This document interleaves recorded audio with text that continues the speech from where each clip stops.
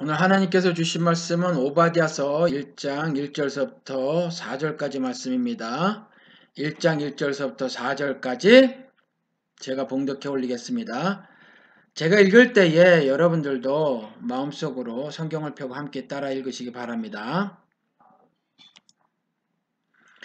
이것은 오바댜가 받은 계시이다. 주 하나님의 애동을 두고 하신 말씀이다. 주님께서 여러 민족에게 천사를 보내시면서 너희는 일어나라 에돔을 쳐부수러 가자 하신 말씀을 우리가 들었다. 나는 여러 민족 가운데서 너를 가장 보잘것없이 만들겠다. 모든 사람이 너를 경멸할 것이다. 네가 바위틈에 둥지를 틀고 높은 곳에 집을 지어놓고는 누가 나를 땅바닥으로 끌어내릴 수 있으랴 하고 마음속으로 말하지만 너희 교만이 너를 속이고 있다. 네가 독수리처럼 높은 곳에 보금자리를 꾸민다 하여도 네가 별들 사이에 둥지를 튼다 하여도 내가 너를 거기에서 끌어내리고야 말겠다. 나 주의 말이다.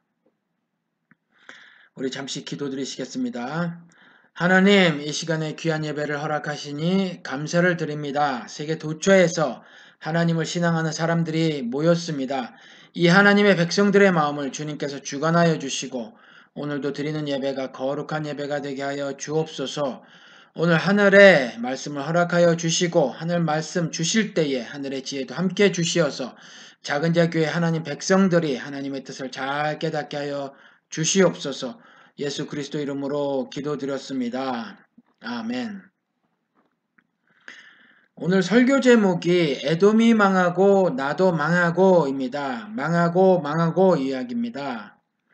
망하고 이러니까 요즘 현대를 사는 사람들에게는 결코 듣기 좋은 말들이 아니죠. 요즘에는 네가 최고다, 내가 특별하다 이런 문화들이 있지 않습니까? 하도 세상이 수상하고 나를 존귀 여겨주지 않는 세상이니까 내가 나를 사랑해야만 그것도 간신히 생존해 나갈 수 있는 그러한 세대에 살다 보니까 망한다는 이야기가 썩히 듣고 싶은 이야기는 아니에요. 그런데 전도서가 전부 12장인데 망한 이야기지 않습니까? 망해서 헛되다. 인생 살아보니 대박 터져도 그건 망한 것과 진배 없더라 라는 깨달음 끝에 헛되다 이렇게 말을 한 것이지 않습니까? 그런데 그 솔로몬의 고백을 통해서 우리가 하늘 섭리를 깨달을 수 있듯이 오바댜서는요 1장밖에 되어 있지 않지만 거의 그 끝에 조금만 빼고 거의 그 에돔 너는 멸망당할 것이다 하는 내용으로 되어져 있거든요. 그러니까 이런 망하고 망하는 이야기를 통해서 하나님께서 왜 이런 말씀을 하셨을까를 우리가 깨달아야 한다라는 거죠. 하나님이 이런 말씀을 하셨을 때 심사를 우리가 알아차렸으면 한다라는 말씀입니다. 하나님이 그래서 이와 같은 정말 듣기 싫은 이러한 말들, 망하는 이야기를 통해서 내가 너희에게 정말 바라는 것이 있단다. 죄를 지고서는 결코 내가 너희들을 용서하지 않을 것이며 저주를 퍼부어 스올 즉 지옥에 형벌을 내릴 것이다 라는 거거든요. 그런데 이 에돔이 무슨 죄를 지었을까라고 하면서 하나님께서 구체적으로 적시해 놓고 망하는 이야기를 하셨거든요. 그러니까 우리는 그 구체적인 이야기를 살펴보면서 우리는 에돔과 같이 살아서는 안 되겠구나 라는 교훈을 얻으면 됩니다. 성경은 이와 같이 디모데후서 3장 16절 말씀대로 교훈을 위해서 기록되어졌다라고 말을 하고 있으니까 망하는 이야기를 통해서 에돔이 망하고 혹시 나도 망하고 있지 않나, 망하고 있는 나를 발견하는 시간을 갖기를 소원합니다. 조용기 씨가 여러분들 교회 돈에 손을 댔어요. 그것도 한두 푼이 아니라 굉장히 많은 돈에 손을 대서 결국 경찰에 잡혔죠. 그래서 입건이 됐어요. 그런데 재판에서 집행유예로 나와버렸단 말이죠. 그러고 나서 3일 만에 교회 가서 한 말이 설교 시간에 이렇게 말을 했어요. 나는 아간과 같은 사람이 아닙니다. 이렇게 말을 했습니다. 아간은 여러분들 아시지만 전리품을 훔친 자죠. 여호수아 7장에 가서 보면은 여호수아가 아간에게 물어요. 네가 무엇을 하였는지 숨기지 말고 이실직고해라. 이렇게 말을 하거든요. 그랬을 때 아간이 고백을 하죠. 내가 전리품 가운데서 아름다운 외투 한 벌을 훔쳤습니다. 그리고 은 200세겔도 훔치고 50세겔이나 나가는 금덩이도 하나 탐이 나서 가졌습니다. 이렇게 고백을 해요. 그리고 그런 고백을 하면서 제가 진실로 주 이스라엘의 하나님께 죄를 지었습니다. 라고 회개 고백도 여전히 하죠. 근데 아간은 이렇게 이실직고라도 했지, 이 조용기 씨는 끝까지 거짓말을 늘어놓았거든요. 그러니까 아간이 아닌 건 맞아요. 아간은 회개했는데 회개를 하지 않았으니까. 그러니까 나는 아간과 같은 사람이 아닙니다 라고 말했을 때 사실은 회개하지 않은 이야기가 아니라 나는 그와 같이 전리품을 훔친 사람이 아니다. 나는 교회 돈에 손을 내는 사람이 아니다. 나는 교회 돈을 횡령한 사람이 아니다. 배임한 사람이 아니다 라는 거짓말을 늘어놓은 거죠. 오종현이라는 사람은 또 이렇게 말을 했어요. 논문 표절이 밝혀진 후에 교인들 앞에서 한 말인데, 내가 그렇게 나쁜 사람이라면 하나님께서 내가 미국에 있을 때 남가주 사랑의 교회를 그렇게 부흥시키셨겠습니까? 하나님이 나를 그렇게 사용하셨겠습니까? 이렇게 말을 했죠. 전병욱은요, 홍대세 교회를 차리고 나서 어느 정도 세를 얻으니까 하나님이 흠이 좀 있는 사람을 쓰시지 않겠는가? 또 설교 시간에 이렇게 말을 했단 말이에요. 조윤기 씨는 아예 정면 돌파를 시작했죠. 나는 한 점 부끄러움이 없다. 나는 아간과 같이 손댄 사람이 아니다. 재물에. 이렇게 말을 했고요. 오종현이는 결과를 봐라. 하나님이 나 직접 썼지 않느냐. 이렇게 말을 했고, 설교가 이 세상에서 제일 쉽다고 했던 전병욱이는 누가 달병가가 아니랄까봐 좀 더 교묘하게 말을 했는데, 나는 좀 흠이 있는 사람이다. 난 좀 흠이 있는 사람이다. 이렇게 말을 했죠. 그런데 그 흠 있는 사람을 쓰시더라. 그렇죠. 그러니까 자신은 흠이 있지만 하나님이 쓰시는 귀한 도구다. 하나님의 주의 종이다. 이렇게 말을 하는 거죠. 가장 간계한 말을 한 거예요. 전병욱이가. 그런데 이게 전부 다 거짓말인데 이 거짓말은 악한 사람들만 하는 게 아니랍니다. 심리학자들 말이. 어, 사람은 누구나 이렇게 거짓말을 한대요. 그게 왜 그러냐 하면 다 자기 체면 때문이랍니다. 그러니까 나는 괜찮은 사람이라는 거죠. 사람들은 누구나 자기 이미지를 좋게 만들려고 애를 쓴대요. 그리고 또 좋게 만든 이미지를 지키려고도 무진 애를 쓴다라는 거죠. 그래서 남을 그렇게 속이는 거죠. 난 이렇게 좋은 사람이다. 이미지는 이미지잖아요.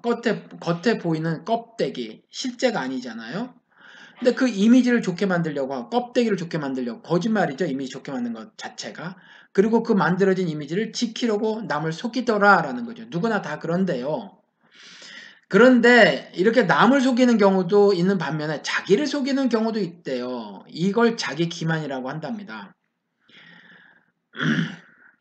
근데 우리 거짓말을 거짓말이라고 알아차리지 못했을 때 속았다고 말하지 않습니까? 이런 것처럼 자기가 자기를 속였는데 자기가 속은지를 모르는 거예요. 그게 자기 기만에 빠진 거랍니다.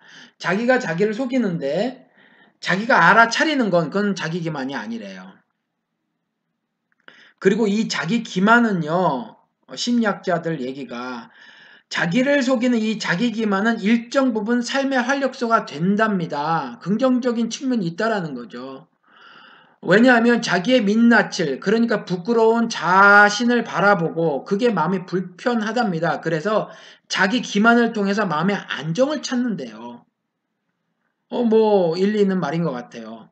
그런데 이런 자기 기만을 성경도 기록을 하고 있는데 오늘 본문입니다. 본문에서 다루고 있는데 삶의 활력소로 말하고 있지 않아요. 죄라고 말하고 있습니다. 살펴보겠습니다. 3절이에요. 너의 교만이 너를 속이고 있다. 3절. 너의 교만이 너를 속이고 있다. 이렇게 기록을 하고 있죠. 이게 NIV에서는 이렇게 번역을 하고 있습니다. The pride of your heart has deceived you. 이렇게 돼 있죠. The pride, 네 마음속에 있는 pride가 너를 속였다. 이미 속였어요. 현재 완료로 썼어요.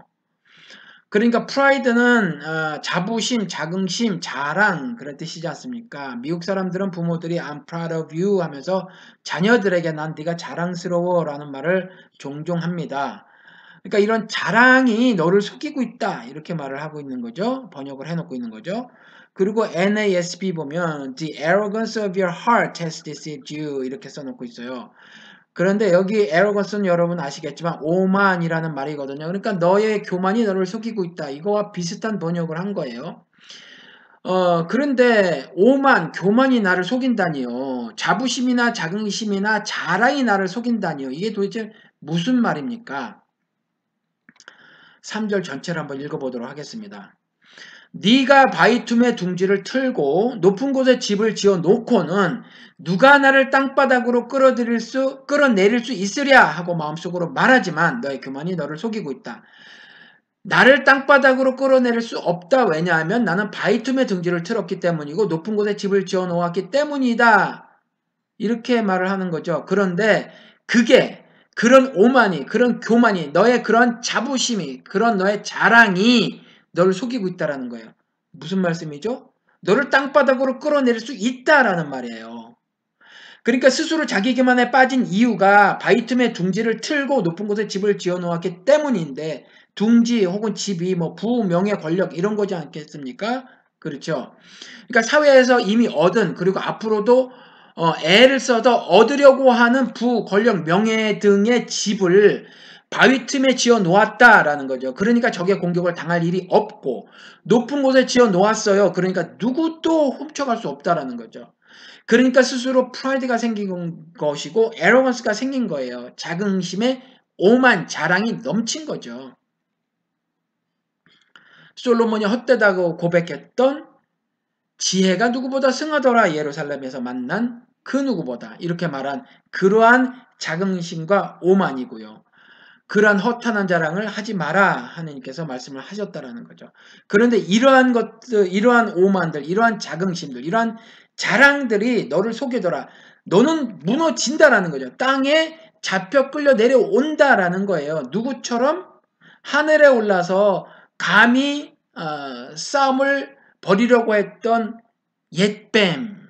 그렇죠. 근데 땅에 떨어지게 되죠. 그렇죠. 천사장 미가엘과 싸워서. 그런 것처럼 땅바닥으로 끌어내릴 수 있으랴라고 네가 너에게 마음속으로 말하지만 그게 너를 속이는 거라. 이렇게 말을 하더라라는 거죠. 누가? 하나님이. 그렇죠. 그래서 4절에 이렇게 말을 하고 있습니다. 네가 독수리처럼 높은 곳에 보금자리를 꾸민다 하여도 네가 별들 사이에 둥지를 튼다 하여도 내가 너를 거기에서 끌어내리고야 말겠다. 나 주의 말이다. 이걸 안 믿고 살아요. 많은 사람들이. 그리고 1, 2절에도 이렇게 써 있는데 이것은 오바댜가 받은 계시다. 주 하나님의 에돔을 두고 하신 말씀이다. 이게 에돔에게 하는 말이라는 거죠. 주님께서 여러 민족에게 천사를 보내시면서 너희는 일어나라. 에돔을 처부수로 가자 하신 말씀을 우리가 들었다. 그러니까 이스라엘과 남유다를 아수르와 바벨론을 들어서 멸망시킨 것처럼 여러 민족에게 천사를 보내시면서 너희들은 일어나라. 이렇게 말씀하시는 거예요. 그래서 가서 에돔을 쳐부숴라 이런 말씀인 거거든요. 이 말씀을 들었다라는 거예요. 그리고 2절에 나는 여러 민족 가운데서 너를 가장 보잘것없이 만들겠다. 모든 사람이 너를 경멸할 것이다. 이렇게 말씀을 해놓고 있죠. 그러니까 스스로를 속여 죄를 범한 에돔이 망할 것이라고 분명히 말씀을 해놓고 계신 거예요. 이렇게. 근데 오늘 에돔이 망하고 나도 망하고 이랬을 때 에돔이 누구인가 이걸 알아야 하잖아요. 먼저 에돔이 누구냐 하면 에돔은요 에서의 후손을 말하고 있는 거예요. 근데 에서는 여러분도 아시지만 팥죽 한 그릇에 장자권을 팔아넘긴 자입니다. 근데 에돔에 대해서 이 에서의 후손인 에돔에 대해서 하나님은 왜 이렇게 멸망할 것이라는 강경한 발언을 하시는지 오늘 그걸 공부해 보자는 거예요. 먼저 그걸 알기 위해서 에서가 무슨 짓을 했는지 그걸 살펴보도록 하겠습니다. 에서의 후손들은요, 에서의 후손이 에돔은 분명히 에서의 삶을 본받아서 살았을 거란 말이죠. 그러니까 에서가 무슨 짓을 했는지 하나님 앞에서 어떤 짓을 벌였는지를 살펴보는 일은 매우 중요합니다. 그리고 에돔이 왜 이와 같은 그 오바댜서에 기록된 범죄를 저질렀는지도 우리가 알 수 있다라는 거죠. 에서는요 아시다시피 장자였어요. 장자는 firstborn이죠. 영어로 처음에 태어난 자라는 거죠. 그게 히브리어로는 베코르, 헬라어로는 프로토토코스랍니다. 그러니까 사람으로는 맏아들, 짐승으로는 초태생, 여기에 사용하는 단어랍니다. 근데 이 사람의 장자에게는 장자권이 있었어요. 그렇죠? 이스라엘 사람들에게는. 이게 뭐냐면 장자권은 다른 형제들보다 재산을 2배를 받을 수 있는 권한이 있었어요. 그러니까 두 몫을 받는 거죠. 그리고 가장의 권위를 이어받아요. 아브락, 이삭, 야곱으로 내려오는 그 가장의 권위를 이어받습니다. 근데 가장의 권위라는 건 뭐냐 하면 이삭이 야곱을 축복한 것에서 알 수 있듯이 축복할 수 있는 권한이에요. 그러니까 축복은 복을 빌어준다 차원의 것이 아니에요. 그런데 이 목사의 축도 개념 역시 아니라는 거죠. 그러니까 단순히 복을 빌어주는 것이 아니라 복의 근원이 되는 거예요. 축복이란. 이 가정의 권위란. 가정의 그 축복의 권위. 이게 그러니까 아브라함이 모든 민족의 복의 근원이 되는 복을 받았잖아요. 그렇죠? 그 복이 이삭, 야곱, 요셉으로 승계가 되었단 말이에요. 그렇죠? 아브라함, 이삭, 야곱. 아브라함, 이삭, 야곱의 하나님이란 말씀은 많이 들어보셨죠? 근데 제가 여기서 요셉까지 더했어요. 그러니까 이와 같이 복의 근원이 되는, 그래서 그 복을 모든 민족에게 전달해 줄 수 있는 복의 근원으로서의 복을 받은 그 복, 그렇죠? 그걸 장자들이 가지고 있었다라는 거죠. 그런데 이제 요셉까지 제가 말씀을 드렸어요. 근데 요셉도 동일해요. 사실 우리가 성경에서 아브라함과 이삭과 야곱의 하나님이라고 말을 해서 거기서 중단된 것 같지만 사실은 그렇지 않다라는 거죠. 그래서 그걸 먼저 말씀을 잠깐 드리도록 하겠습니다. 창세기 45장 7절에 가서 보면 하나님이 나를 형님들보다 앞서서 보내신 것은 하나님이 크나큰 구원을 베푸셔서 형님들의 목숨을 지켜주시려는 것이고 또 형님들의 자손을 이 세상에 살아남게 하시려는 것입니다. 죽음을 명쾌하고 살려주시는 거죠. 그렇죠?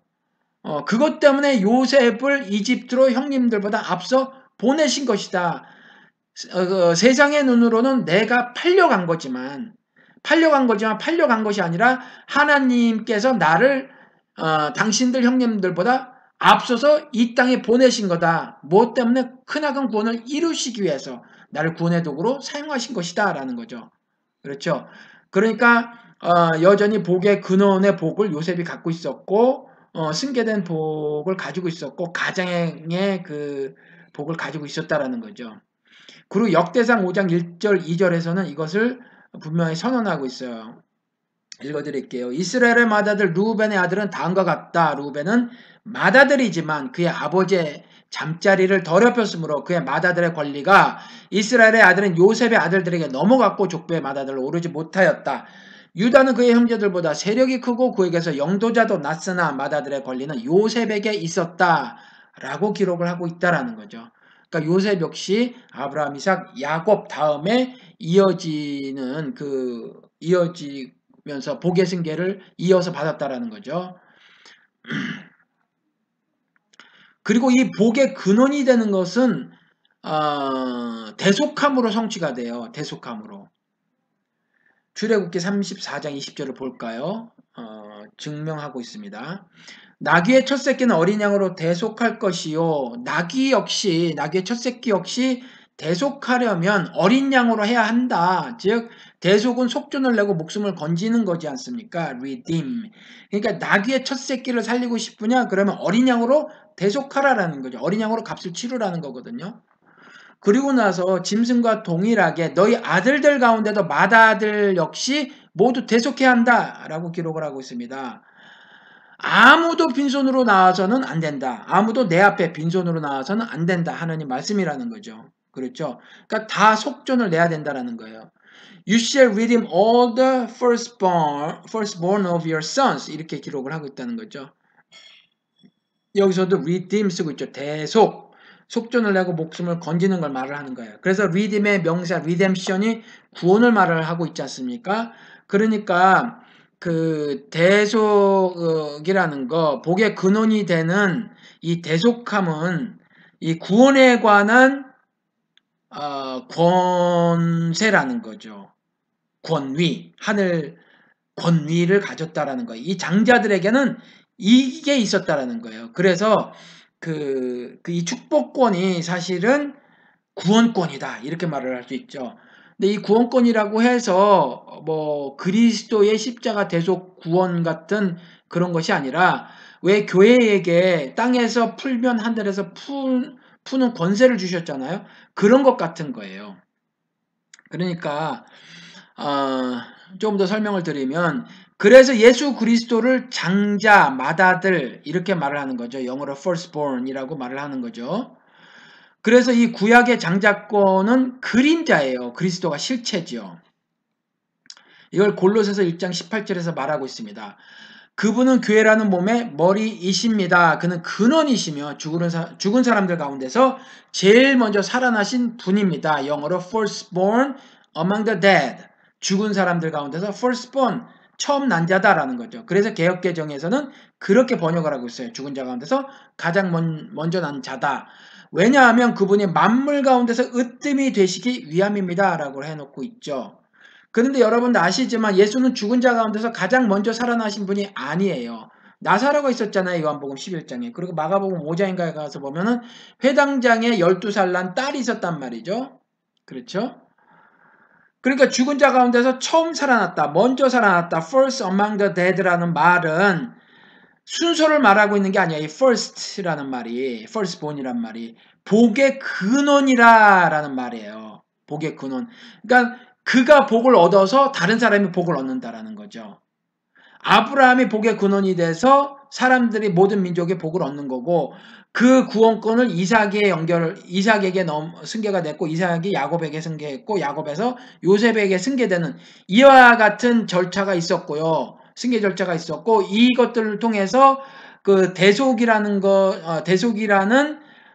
행함을 통해서 모든 민족이 구원을 받는 거죠. 복을 얻는 거죠, 참. 그렇죠. 그런 뜻이라는 거죠. 그러니까 first라는 말이 근원이라는 의미로 우리가 이해를 해야지 순서로 처음 살아났다라는 뜻은 아니라는 거죠. 그래서 보면 우리 그리스도께서 이제 맏아들이다라는데 이 맏아들이라는 의미에 대해서 좀 더 구체적으로 설명을 하고 있는데 제가 조금 전에 말씀드린 거예요. 로마서 8장 29절을 보도록 하겠습니다. 하나님께서는 미리 아신 사람들을 택하셔서 자기 아들의 형상과 같은 모습이 되도록 미리 정하셨으니 이것은 그 아들이 많은 형제 가운데서 맏아들이 되게 하시려는 것입니다. 그러니까 자기 아들의 형상과 같은 모습이 되도록 하시기 위해 예수를 맏아들로 삼으신 거예요. 그러니까 우리들도 이제 아들 된 거죠. 하나님의 자녀가 된 거예요. 어떻게요? 그가 아브라함, 이삭, 야곱, 요셉이 그랬던 것처럼 죽은 자 가운데서 가장 먼저 살아나심으로 장자권을 가지고 계시니까 그와 연합된 그의 죽음과 부활에 연합된 사람들은 누구나 하나님의 자녀가 되는 특권을 얻는다라는 거죠. 이게 그 말씀인 거거든요. 로마서 8장 29절의 말씀이. 그리고 그 아들이 어떤 사람들인가는 히브리서에 또 써 있어요. 1장 4절서부터 6절까지입니다. 읽겠습니다. 그는 천사들보다 훨씬 높게 되셨으니 천사들보다 더 빼어난 이름을 물려받으신 것입니다. 그렇죠? 천사들은 종인데 예수 그리스도는 더 빼어난 이름, 어떤 이름이 아들이라는 이름. 그렇죠? 그러니까 5절에서 하나님께서 천사들 가운데서 누구에게 너는 내 아들이다. 내가 오늘 너를 낳았다 하고 말씀하신 적이 있습니까? 또 나는 그의 아버지가 되고 그는 내 아들이 될 것이다 하고 말씀하신 적이 있습니까? 이렇게 말을 하고 있잖아요. 그렇죠? 그러니까 그리스도의 아들 되심이 어떤 것인가에 대해서 이렇게 자세하게 써놓고 있다는 거죠. 하나님과 영적 피붙이다 이 말씀을 하고 있는 거예요. 그러니까 예수를 믿는 하나님의 백성이라고 하는 사람들이 얻게 되는 신분은 스테이러스는 뭐냐면 하나님의 영적 피붙이가 되는 것이다. 하나님의 모습과 형상을 가진 그분의 자녀가 되는 것이다. 이런 말이에요. 천사하고 비교가 되지 않는다라는 거죠. 그것에 대해서 그리스도의 그 장자 되심에 대해서 고린도 전서에도 다시 한번 써놓고 있습니다. 이것도 읽어드릴게요. 15장 19절 20절입니다. 만일 그리스도 안에서 우리가 바라는 것이 다만 이 세상의 삶뿐이면 모든 사람 가운데 우리가 더 불쌍한 자이리라. 그러나 이제 그리스도께서 죽은 자 가운데서 다시 살아나사 잠자는 자들의 첫 열매가 되셨도다. 이렇게 말을 하고 있죠. 우리의 죽음은 잠자는 거로 성경에 많이 기록을 하고 있죠. 나사렛 죽음처럼. 왜 그래요? 영혼과 육신의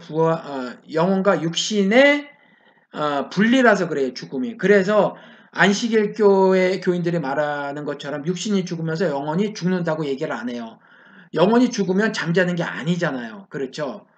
근데 우리 잠잔다고 이렇게 성경에서 많이 기록을 하고 있거든요. 예수님도 직접 죽은 것이 아니라 잠자는 것이다 라고 말을 하고 있잖아요. 그 나사로 이야기할 때 제자들의 질문에서 그렇게 말을 하고 있다라는 겁니다. 그런데 지금까지 이렇게 말씀을 드렸는데 에서가 말이에요. 이와 같은 그 귀한 장자권, 구원권을 팥죽 한 그릇에 팔아버린 거예요. 그러니 얼마나 큰 죄를 저지른 겁니까? 얼마나 큰 죄를. 그렇죠? 이걸 히브리서 12장 16절에 기록을 해놓고 있어요. 음행하는 자와 혹 한 그릇 음식을 위하여 장자의 명분을 판 에서와 같이 망령된 자가 없도록 살피라. 이런 짓을 저지르면 안 된다라는 거예요. 이런 짓을. 이 어마어마한 범죄라는 거거든요. 이 한 그릇 음식이 조금 전에 읽어드린 고린도전서 15장 19절에서는 세상의 삶뿐이라고 더 확장해서 설명을 하고 있다라는 거죠. 그렇죠? 그러니까 한 그릇 음식을 파는 일은 이 세상의 삶에 매몰되어진 행함의 결과이기 때문에 그렇다라는 거거든요. 그렇죠? 그러니까 동일한 거예요. 에돔은 말이에요. 이와 같이 아비 에서의 교훈대로 철학대로 삶의 방식대로 살아왔을 게 뻔하다라는 거죠. 그러니까 이 에돔의 태도는 하나님께서 미워하는 죄의 모습이었었어요. 근데 어떤 모습이라고요? 자기를 속이는 죄의 모습이었다는 거죠. 자기를 속이는 거. 교만해서, 오만해서. 그러니까 엉겅퀴가 나고 가시가 나는 땅을 열심히 개간해보면 개간하다 보니까 살만해지고, 그래서 힘이 좀 세면 남을 좀 노예로 부려먹고 해서 용사로 살면 살만한 것 같으니까 집 짓고, 그렇죠? 해가지고 저 별들 사이에 지어놓고 바위 틈에 지어놓고 저 높은 곳에 지어놓고 둥지를 틀어놓고, 그리고 누가 감히 나를 이 땅에서 끌어내랴, 아니 거기서 끌어내서 땅으로 끌어내랴, 이렇게 교만을 하는데 이게 스스로 속이는 모습이다 이렇게 말을 하고 있더라는 거죠. 그렇죠. 에서의 이 장자권을 아무렇지도 않게 생각한 이 후손들이 자연스럽게 그 벌이 3, 4대까지 간 거예요. 그렇죠? 여기서 물론 3, 4대가 정확하게 문자적으로 3, 4대가 아니죠. 복이 1000대까지 가는 거와 마찬가지로 뭐 어디는 수천 대라고 번역을 하고 있단 말이에요. 어느 번역은. 그러니까 이거는 복의 영향력이 더 크다라는 말인 거예요. 복의 영향력이. 그러니까 꼭 이 숫자적으로 보면 안 되고, 그 다음에 이게 그 각에 흐르는 저주나 죄가 유전된다라는 말이 아니라 영향력이라는 거죠. 그러니까 조금 전에 말씀드린 것처럼 아비 에서의 교훈대로 철학대로 삶의 방식대로 에돔이 살았을 것이 분명하단 말이에요. 왜? 오늘 오바댜서를 보니까. 그렇죠. 11절 읽어드릴게요. 이들이 그래서 이런 죄를 저질렀다는 거죠. 아비 에서의 삶대로 그대로 살았던 모습이 이제 이와 같이 극명하게 드러나는 거예요. 11절. 네가 멀리 서서 구경만 하던 그날 이방인이 야곱의 재물을 늑탈하며 외적들이 그의 문들로 들어와서 제비를 뽑아 예루살렘을 나누어 가질 때도 너는 그들과 한패였다. 그들과 한패가 돼버린 거예요. 이 에돔은. 그리고 나서 한패가 된 걸 어떻게 행동을 했길래 한패가 된 거라고 하나님이 생각을 하신 거냐 하면, 판결을 내리신 거냐 하면 그냥 멀리 서서 구경만 했기 때문에 그래요. 야곱의 재물을 늑탈당하고 예루살렘이 쪼개져서 그들이 제비를 뽑아서 예루살렘 문을 부시고 들어와 예루살렘을 나눠 갖고 있는데 그걸 그냥 멀리 서서 구경만 한 거예요. 그게 죄라는 거죠. 여러분, 과거를 지배하는 자가 미래를 지배한다, 오늘을 지배하는 자가 과거를 지배한다란 말 들어보셨습니까? 그러니까 오늘을 지배하고 있으니까 과거인 역사를 왜곡하라고 하는 거예요. 그 왜곡해서 지배를 하려고 하는 거거든요. 왜냐하면 오늘을 지배하는 자가 과거를 지배하기 때문에 그래요. 그러니까 미래를 지배하고 싶어서 과거를 왜곡하면서 지배를 하려고 하는 거죠. 그렇죠. 그러니까 독일과 유럽이 독일의 전쟁 책임을 끝까지 물고 늘어지는 거예요. 과거의 독일에게 또 미래를 침탈당하지 않기 위해서죠. 어느 나라가 또 독일같이 될지 모르잖아요. 그렇죠? 이와 같이 우리도 역시 과거를 지배당해서는 안 됩니다. 왜냐하면 우리의 과거가 과거를 지배하려고 하는 현재를 지배하고 있는 자들에게 지배당할 것이기 때문에 그래요. 그러니까 지난 일이니까 덮고 가자는 건 사탄의 괴계라니까요. 반드시 역사는 바로 세워야 합니다. 이건 개인의 문제에서도 동일해요. 과거를 묻어버리면 안 됩니다. 과거를 덮어버리면 신앙적으로 깨달음을 얻을 수도 없어요. 깨닫지 못하고서는 하나님을 당연히 올바로 신앙할 방도가 없죠. 예를 들어 보겠습니다. 아주사 부흥이라는 것이 있어요. 그런데 이거 아십니까? 이 사건에 대해서 기독교계 내부에서 별다른 비판을 저는 들어본 적이 없어요. 왜냐하면 이 아주사 부흥이라는 건요, 기독교계에 큰 족적을 남긴 역사적 사건이거든요. 그런 역사적 사건인데 이게 말이에요, 미국에서 벌어진 거예요. 근데 미국 기독교는요, 여러분도 아시지만 수적으로 우위를 점하고 있거든요. 그리고 엄청난 부를 축적하고 있어요. 한마디로 영향력이 절대적이에요. 그러니까 미국 기독교 부흥의 대표적인 사건을 비판하기는 쉽지 않습니다. 게다가 미국의 성장 이데올로기의 기독교 신학, 이것에 맞설 신학 이론이 없어요. 미미하기 때문에 그래요. 뭐 있긴 있겠죠. 근데 굉장히 미미해요. 그런데 제가 보기에는 이 부흥은요, 감정적 흥분 상태에 불과한 어떤 사건에 불과했어요. 제가 보기에는. 왜냐하면, 그 아주사 부흥이라는 거 보면, 아주사 거리의 부흥이라는 거 보면, 저도 여기 이거 가봤는데, 그, 성경도 없이 12시간 동안 세이모 목사라는 흑인 목사가 설교를 했다라는 거예요. 성경도 손에 들지 않고. 그런데 그 세이 목사의 굉장한 폭발적인 부흥을 이뤄냈던 그 설교가 지금 제대로 전해지잖아요. 이상하지 않습니까? 살아 운동력이 있어 좌우의 날선 어떤 것보다 예리해서 영과 혼과 및 골수까지라도 쪼개고도 남는다는 문학적인 표현을 통해서 말씀은 절대적으로 사람을 완전히 바꿀 수 있는 어마어마한 영향력이 있는 것이다라고 말을 해놓고 있는데 그 말씀이 뜨거웠었다, 굉장했었다, 어마어마한 수적 부흥을 이뤘다라는 말은 있지만 어떻게 해서 그와 같은 부흥이 있었는가, 어떤 말씀이 그런 부흥을 이뤄냈는가 하는 그 말씀은 없더라라는 거죠. 그런데 그보다 300년 전쯤, 300년이 좀 더 된 것 같은데 300여 년 전쯤의 사람인 스펄전의 설교는 아직도 남아있다라는 거죠. 여러분 이게 이해가 가능하십니까? 이와 비슷한 것이 평양 대부흥이에요. 평양 대부흥. 하나님의 의, 즉 righteousness나 그 justice, 이거는 관심 받기라는 거죠. 그렇죠?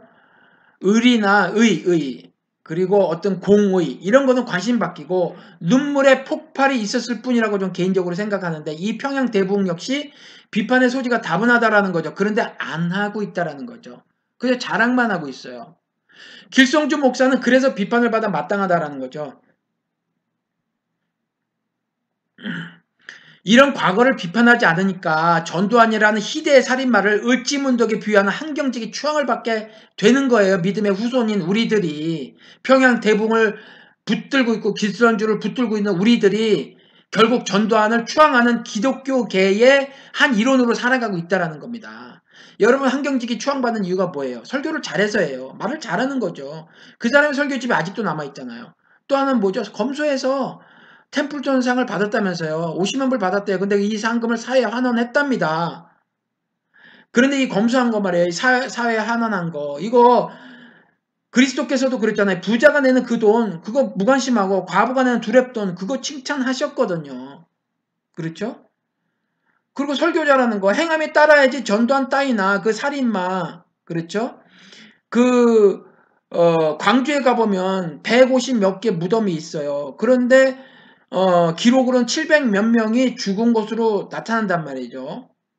실종자까지 해가지고. 근데 미 의회 보고는 약 2,300명 정도가 죽었거나 실종됐다고 말을 하고 있다란 말이에요. 어떻게 된 거예요? 이런 사람을 울지문덕으로 추앙하는 사람이 한경직이었더라. 왜 그래요? 비판하지 않아서. 그렇죠?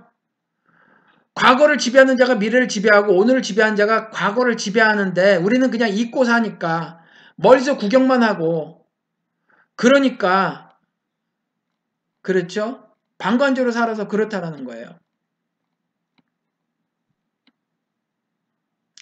그러니까 비판 없이 이런 기독교 역사를 흠모한 나머지 내 신앙을 이런 것들 가지고 담금질하겠다라는 건 굉장히 어리석은 일이다라는 겁니다. 현재 역사를 살아가면서 어정쩡한 태도를 보이는 건 바른 신앙인의 태도가 아닙니다. 뿐만 아니라 자신의 삶에 자신이 주연이 아니라 그저 지나가는 사람 1, 2의 삶을 사는 것과 마찬가지라는 거죠. 내가 직접 간접으로 경험하는 모든 일에 그리스도께서는 뭐라고 말씀하고 계시냐면 옳고 그름의 분명한 태도를 가져라 라고 말씀하고 계시다라는 거예요. 그렇죠? 이와 같이 구경꾼의 태도를 가져서는 안 된다라는 겁니다. 여러분, 에돔이 이것 때문에 망했는데 여러분들의 삶을 한번 반추해 보시기 바랍니다. 여러분 혹시 구경꾼이 아니십니까? 지나가는 사람 1, 2의 삶을 살고 계시지는 않습니까? 그러면 여러분들도 망하고 계시는 겁니다. 그리고 또 뭐 비슷하기는 한데 강조해서 하나님이 또 말씀하셨다라는 거죠. 에돔은요 12절 전반부하고 13절 전반부를 읽어드릴게요. 네 형제의 날 그가 재앙을 받던 날에 너는 방관하지 않았어야 했다. 여기서도 방관했죠. 그리고 13절 전반부에 나의 백성이 패망하던 그날 재앙을 받던 그날이죠. 패망하던 그날 너만은 그 재앙을 보며 방관하지 않았어야 했다. 이렇게 말을 하고 있어요. 이런 걸 죽은 믿음이라고 하죠. 야고보서 2장 15절에서 17절 여러분들이 다 아시는 어떤 형제나 자매가 헐벗고 그날 먹을 것조차 없는데 여러분 가운데서 누가 그들에게 말하기를 평안히 가서 몸을 따뜻하게 하고 배부르게 먹으십시오 하면서 말만 하고 몸에 필요한 것들을 주지 않는다고 하면 무슨 소용이 있겠습니까? 이와 같이 믿음의 행함이 따르지 않으면 그 자체만으로는 죽은 것입니다. 이거 말하고 있는 거예요. 오늘 에돔에게.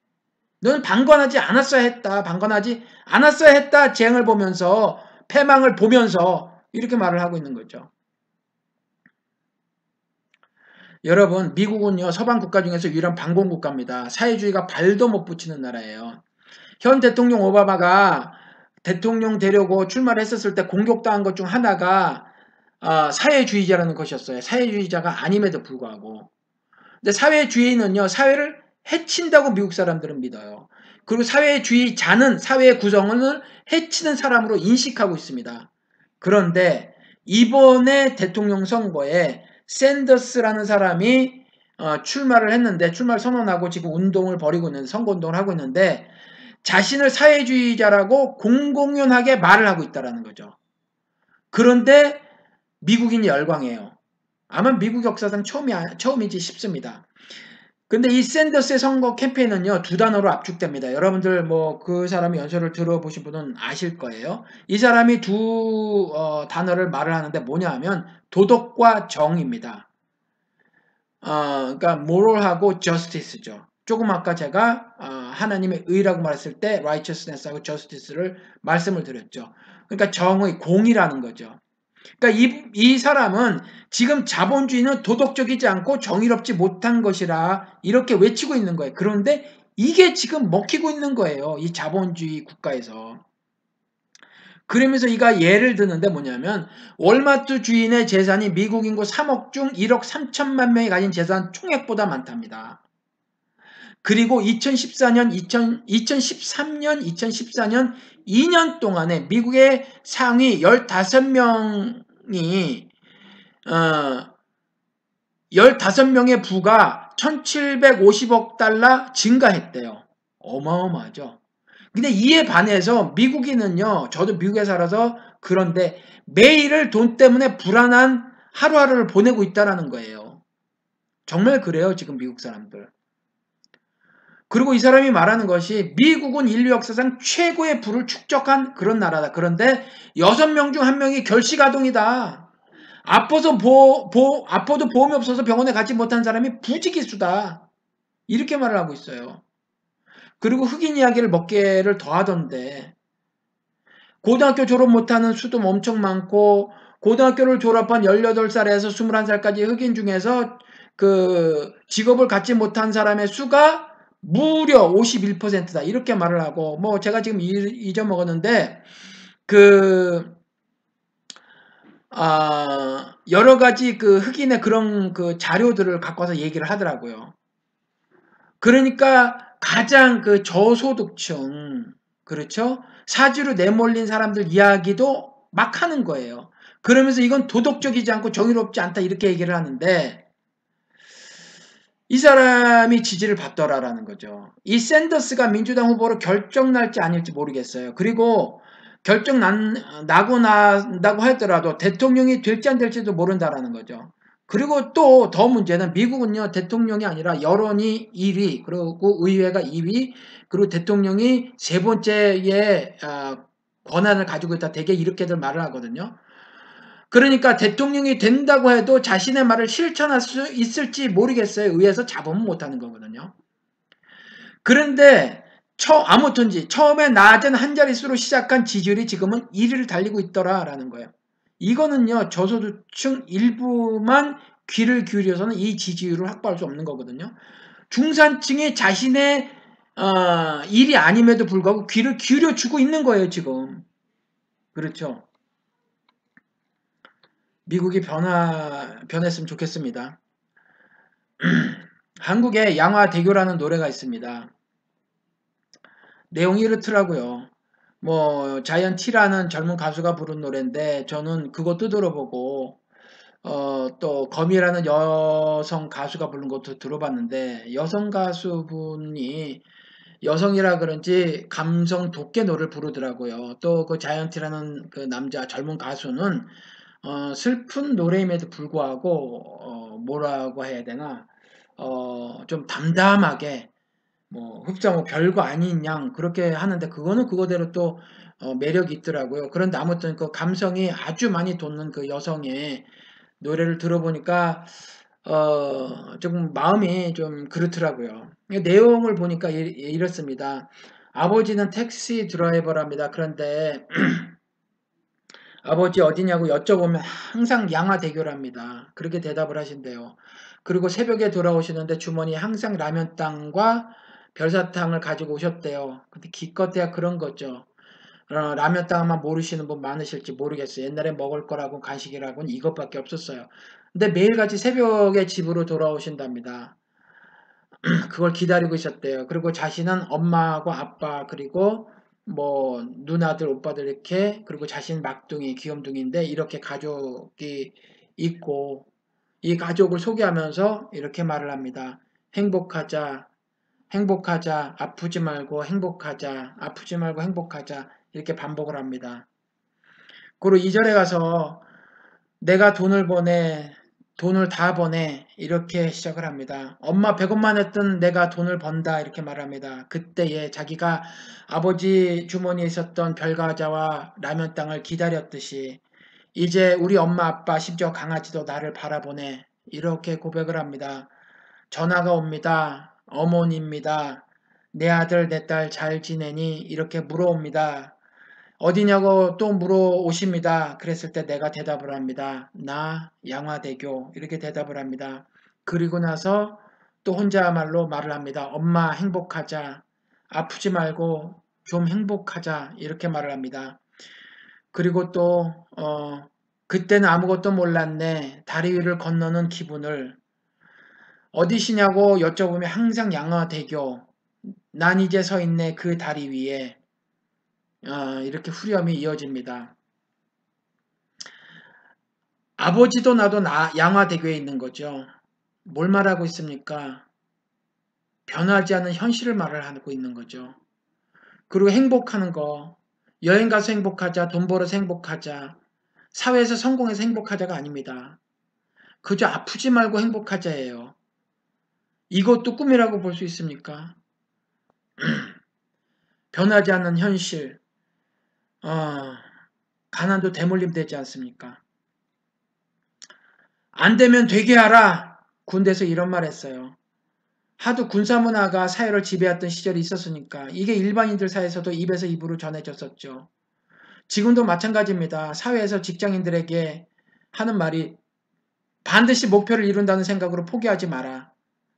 자기계발서에서도 이런 말들 하는 책들이 꽤 많습니다.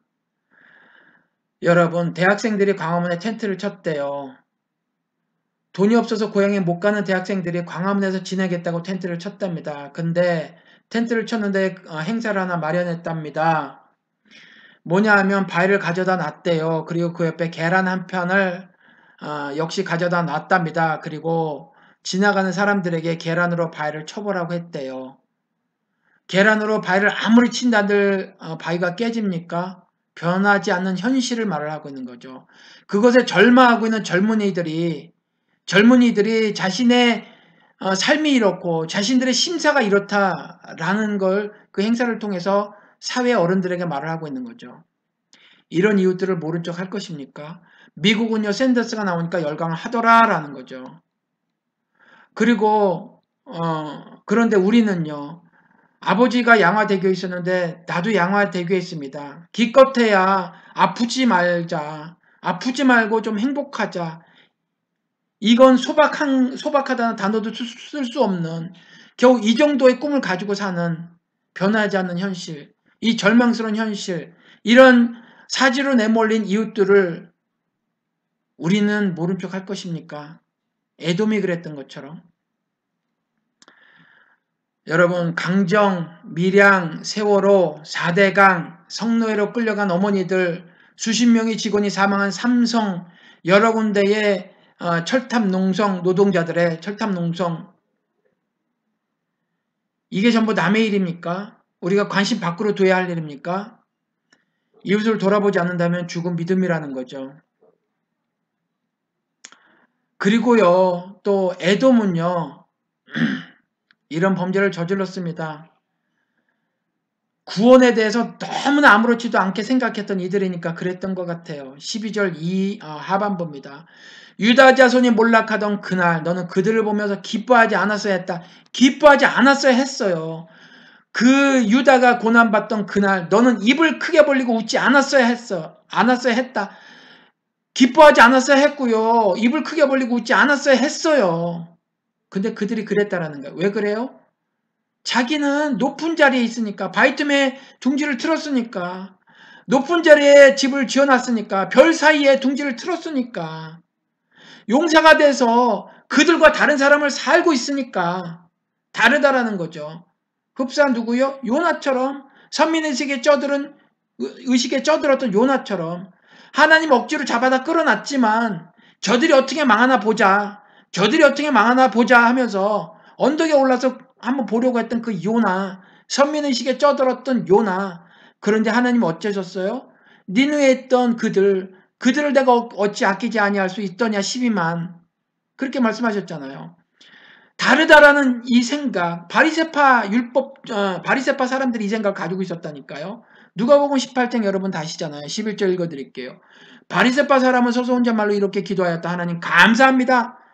바리새파 사람들도 하나님께 감사를 드렸다니까요. 기도를 통해서 뭐 같고요? 나는 남의 것을 빼앗는 자나 불의한 자나 가늠하는 자나 같은 다른 사람들과 같지 않으며 더구나 이 세례와는 같지 않습니다. 감사할 만하잖아요.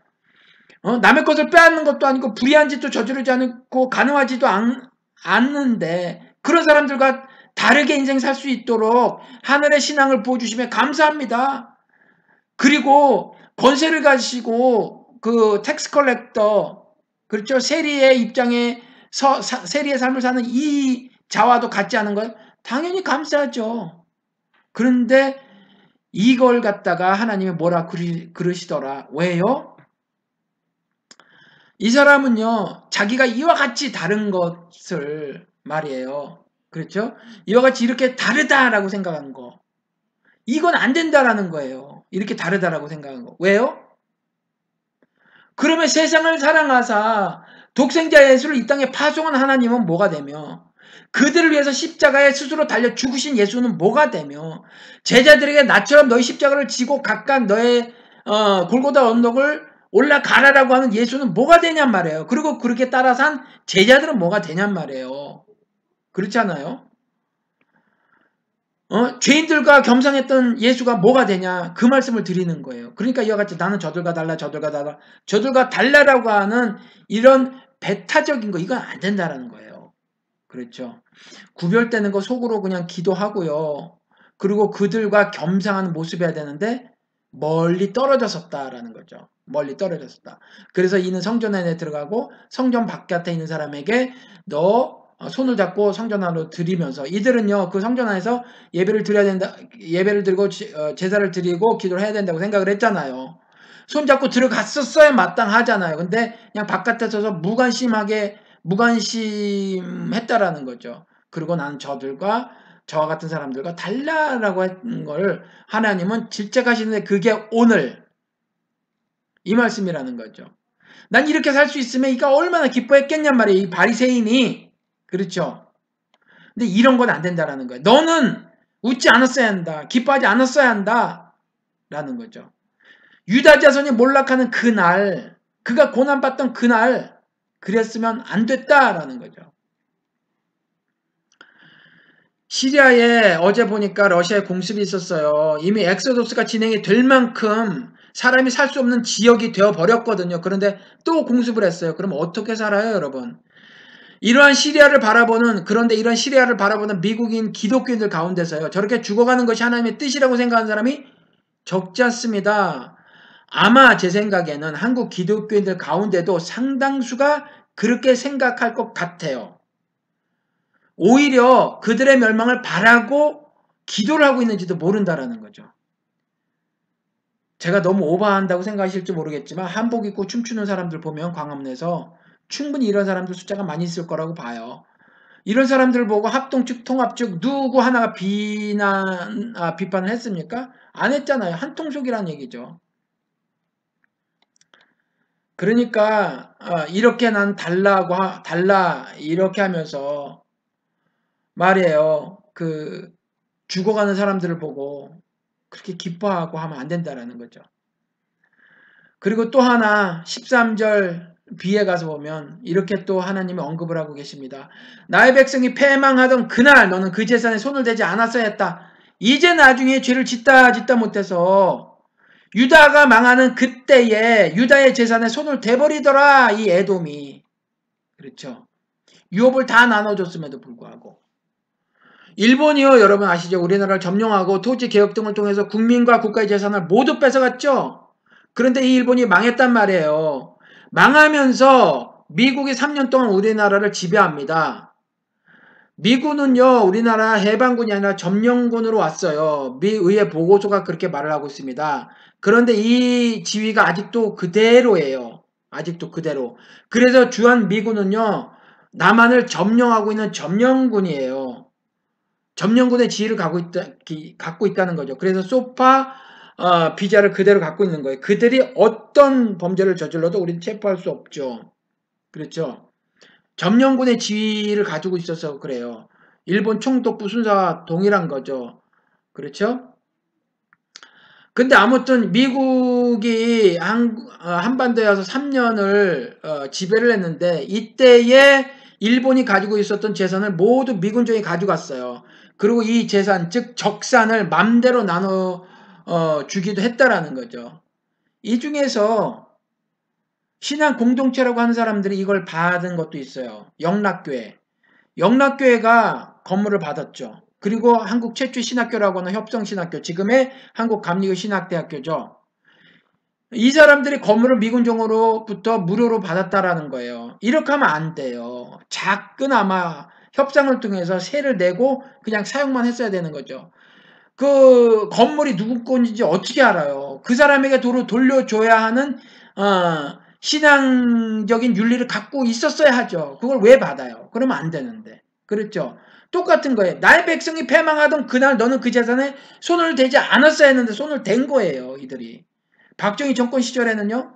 한국 대학생 선교회 대표 김준곤 씨가 러시아 공간 부지 일부를 무상으로 공여받았다니까요.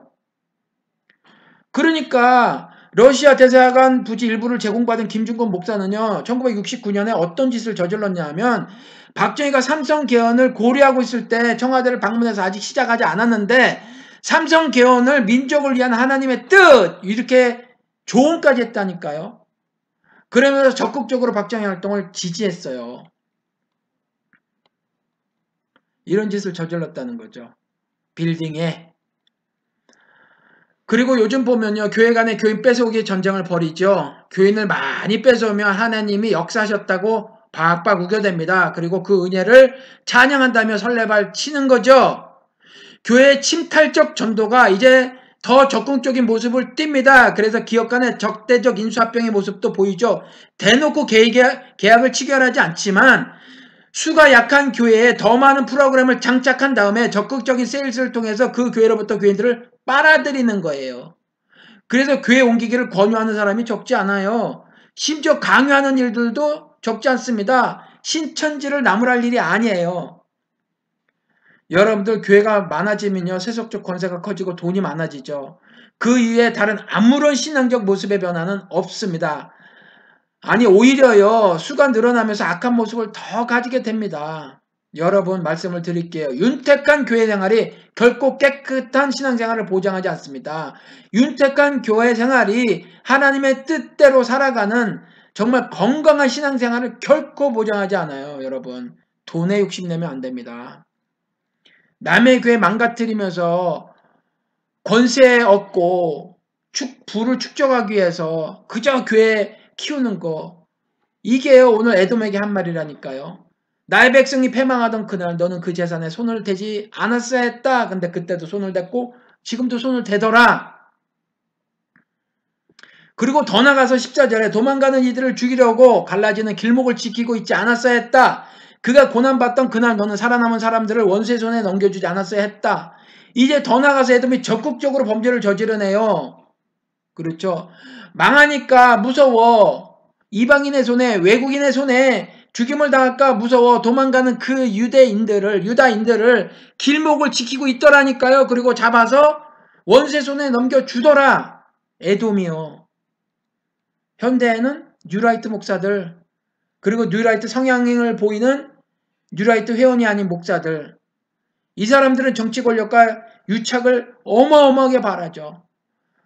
또 그래서 어떤 권세 좀 얻어보자고 수많은 무고한 시민들을 권력의 희생양으로 넘겨주는 악행을 저지르죠. 그렇죠? 십자군의 그 윤모모라는 그 목사 그놈이 그런 예잖아요. 그렇지 않습니까? 그리고 한국의 대통령 조찬 기도회가 있죠. 이것도 아마 김중건 목사가 처음으로 미국으로부터 가져온 것 같은데 이건 확실치 않아요. 그런데 아무튼 정치 권력과의 유착을 보여주는 대표적인 예죠. 그렇죠? 이런 것들을 통해서 말이에요. 조금 전에 말씀드린 것처럼 무고한 시민들의 권력의 희생양이 되는 경우도 비일비재하더라. 작금의 현실이 말이에요. 이게 한국 기독교의 민낯이에요. 한국 기독교의 민낯인데 자기 기만의 범죄를 저지르겠습니까? 은혜 받았다고 하나님이 역사를 나타냈다고 하면서 그렇죠? 별과 별 사이 높은 곳에 둥지를 틀었다고 하는 거나 동일하게 큰 게 저지르고 큰 게 짓고 말이죠. 떵떵거리겠습니까? 이것이 자기 기만이라는 거죠. 어찌 보면 자기가 자기를 속이는 건지도 모르는 거란 말이에요. 그렇죠? 그러면서 수많은 무고한 사람들 결국은 마지막에 살아남은 사람까지 넘겨주는 일을 하더라. 작금의 한국 기독교가. 어디에 속해져야 하겠습니까? 이런 에돔은요. 하나님으로부터 벌을 받을 것이라고 분명히 경고를 하고 있어요. 땅으로 떨어질 것이라고 분명히 말을 하고 있더라는 거죠. 오늘 15절입니다. 내가 모든 민족을 심판할 주의 날이 다가온다. 네가 한 대로 당할 것이다. 네가 준 것을 네가 도로 받을 것이다. 에돔은요. 실질적으로 5년 후 느부갓네살 왕이 에돔을 쳐들어가요. 그래서 바이트메튼 둥지라고 하는 거 높은 곳에 지은 집을 모두 무너뜨려 버리죠. 그런데 모든 민족을 심판할 그 주의 날 마지막 날 그렇죠. 마태복음에 그리스도께서 예언한 그 날 말세가 아닌 그 마지막 날, 그날이 다가오는데 네가 저지른 그대로 당할 것이다. 종국에는. 그렇죠. 성경 많이 못 외운다고 벌을 주시는 게 아니라니까요. 성경에 한 말씀이라도 살아내지 못해서 그래요. 말씀이 없어서가 아니라 말씀은 있는데 말씀대로 살지 않아서 한국 기독교계가 요마냥 요꼴이 난 거죠. 에돔과 같이. 우리는 어떻습니까? 시편 9편도 동일한 말씀을 하고 있어요. 9편의 15절. 저 이방 나라들은 자기가 판 함정의 수수로 빠지고 자기가 몰래 쳐놓은 덫에 자기 발이 먼저 걸리는구나. 스스로 속인대요. 여러분들 도대체 무엇을 어떻게 바라보고 있습니까? 17절. 악인들이 갈 곳은 스올, 하나님을 거역한 문나라들이 갈 곳도 그것뿐이다. 개인이 갈 곳도 지옥, 스올이라는 정령 죽으리라는 형벌. 근데 하나님을 거역한 문나라들도 여전히 동일한 형벌, 갈 곳은 그것뿐이다 라고 말을 하고 있잖아요. 근데 하나님을 거역했다라고 하는 이 번역을 NIV에서는 All the nations that forget 라고 써 있어요. 하나님을 잃어버린 거죠. 하나님의 계명을 잃어버린 거예요. 그래서 자기 뜻대로 사는 거예요. 그래서 열심히 사는 거예요. 그래서 높은 곳에 집을 짓는 거죠. 바위 틈에 둥지를 트는 거예요. 그렇게 살아가는 거예요. 그렇죠. 그러니까 동일한 말이죠. 하나님을 거역하는 건 하나님을 잃어버려서 그렇다라는 거죠. 그래서 NIV에서는 All the nations that forget라고 써놨어요. Forget God. All the nations that forget God. 하나님을 잊은 사람들. 그렇죠. 현명하다고 생각했겠죠. 현명하다고. 근데 그건 에돔은 스스로를 속인 거란 말이죠. 이게 어찌 보면 어떤 순서 이런 걸 말해주고 있어요. 예를 들면 에돔은 처음에 중간에 그냥 끼어 있었다라는 거죠. 이러지도 저러지도 않고 구경꾼으로 있었어요. 그리고 유다의 멸망을 구경꾼으로만 바라보고 있었는데 그 구경꾼의 그 태도를 오늘 본문에서는 약간 좀 다른 뉘앙스로 두 개를 말해놓고 있었죠. 그냥 정말 그 뭐라고 해야 하나 그냥 딱 버려졌는데 끼지 않을 뭐 주변 상황이 뭐 엄혹하거나 해서 끼지 않을 그냥 중간에 끼어 있었던 거고 이제 나 몰라라 해버리는 이런 이제 바라만 보고 있었던 것이 있었죠. 이런 태도가 삶의 태도가 몸에 익다 보니까 어떻게 됐냐면 유다의 멸망에 이제 세속적인 이익을 취해버리기 시작했어요. 멸망하고 있는데 저거 가만 놔두면 뭐해? 나라도 같이라고 하는 거죠. 그래서 이익을 취하는 거죠. 그리고 조금 더 나가선 이제 내가 그 유다를 멸망시키는데 더 적극적인 행동을 하기 시작하죠. 왜요? 이익을 더 많이 취할 수 있을 것 같으니까. 그래서 유다의 살아남은 자를 적에게 넘겨줘. 완전히 멸망케 하죠. 그렇죠. 이게 요한계시록 5교회, 7교회 중 2교회, 빌라델비아 교회와 서머나 교회는 책망받지 않았으니까 5교회가 멸망하는 교회 멸망하는 순서를 한편으로는 보여주고 있거든요. 그렇죠. 제일 처음에 에베소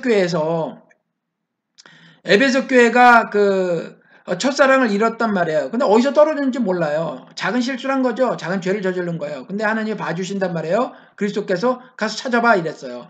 근데 첫사랑을 잃은 그곳에 두 번째 교회가 어떤 모습을 갖게 되냐면 그 빈 곳에 발락의 방에 있었던 은금이 끼어들기 시작한단 말이에요. 그래서 그 다음에 어떻게 살기 시작하냐면 발람의 가르침대로 행음하는 삶을 살기 시작을 해요. 그렇죠? 그 다음에는 이제 대놓고 교회 문을 활짝 열어버려서 이세벨을 침상으로 끌어들여요. 교회 내에서 범죄를 저지르기 시작한다라는 거죠. 교회 내에서. 교회들이 적극적으로 범죄를 저지르기 시작하는 거예요. 그러다 보니까 어떻게 됐냐면 4대 교회가 돼버리는 거예요. 흰옷 입은 자, 정결한 자는 멸 있지만 그래서 살았다는 이름을 가졌지만 실질적으로는 죽은 교회다 이렇게 말을 들어요. 그렇죠? 그리고 결국 그리스도께서 입에서 내쳐버릴 라오디게아 교회가 돼버리더라. 라오디게아의 교회는 범죄는 뭐였어요? 뜨겁거나 차갑거나 해야 되는데 다 끌어들여서 미지근하게 돼버린 거죠. 그렇죠? 입장 정리가 분명했었어야 한단 말이에요. 그러면 그렇고 아니면 아니다 했었어야 한단 말이에요. 예수 그리스도가 말씀하신 것처럼. 근데 예수도 되고 노도 되는 거예요. 이것도 되고 저것도 다 되는 거죠. 연합하고 타협하는 거예요. 신앙의 절개를 다 팔아버리는 거죠. 이 에돔이 그렇게 어떻게 보면 그런 거라는 거죠. 처음에 중간에 끼어 있었고 그 다음에 멸망을 구경하고만 있었고 구경하다 보니까 멸망하는 곳에서 이익을 취할 것 같기도 하고 그러다 보니까 이익이 실제로 취해지니까 유다의 살아남은 자를 적에게 적극적으로 넘겨줘서 완전히 멸망하게 하는 이런 악행을 저지르더라. 나는 그러면 그래서 완전히 멸망케 하면서 얻은 것으로 높은 곳에 집을 짓고 살고 바위 틈에 둥지를 틀고 살고 있으면서 감히 나를 그 누가 땅으로 끌어내릴 자가 있겠느냐, 전능자가 있느냐라고 말을 하고 살더라. 이것은 자기 기만이라는 거죠. 너의 교만이 너를 속였다. 나는 나를 속여 이렇게 변해가고 있는 것은 아닌지를 우리는 살펴보아야 한다라는 겁니다. 오바댜서는 이런 부분과 나중에 회복에 말이 쓰여져 있습니다. 요거는 다음 주에 말씀을 전해드리도록 하겠습니다. 말씀을 마칩니다. 기도드리시겠습니다. 아버지 하나님, 정말 말세 때에 도처에서 거짓 가짜 그리스도들이 나타나고 또 첫째 기근과 전쟁의 소문이 들리는 이때에 아버지 하나님, 하나님의 백성이 재앙을 당하고 멸망을 당할 때에 하나님 살아있는 교회가 되게 하여 주시옵소서. 우리 작은 자교회가 세상에서 빛과 소금이 되는 삶을 살게 하여 주시옵소서.